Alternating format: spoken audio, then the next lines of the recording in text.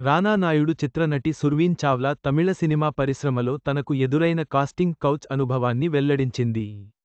National award గ్రహీత hero, డైరెక్టర్లపై ఆమె చేసిన ఆరోపణలు సంచలనం రేపుతున్నాయి.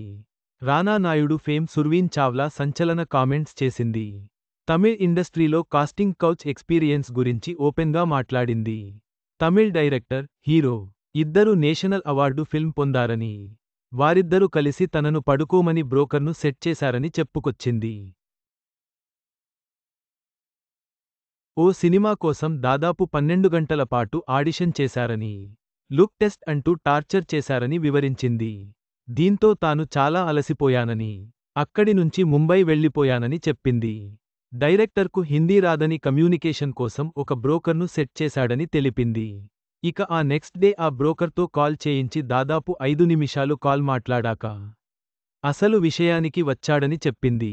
లుక్ టెస్ట్ అమేజింగ్గా ఉందని, కానీ మీతో గడపాలని డైరెక్టర్ కోరుకుంటున్నట్లు చెప్పాడని, జస్ట్ ఈ సినిమా పూర్తయ్యే వరకు కమిట్మెంట్ ఇవ్వాలని అడిగినట్లు వివరించింది.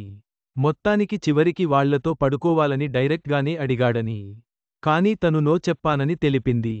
ఈ విషయానికి కాస్త సోషల్ మీడియాలో వైరల్ అవుతుండగా, ఇంటిమేట్ సీన్స్లో దారుణంగా నటించే ఈమె ఇలాంటివి చెప్పడం వింతగా అనిపిస్తుందని అంటున్నారు నెటిజన్లు.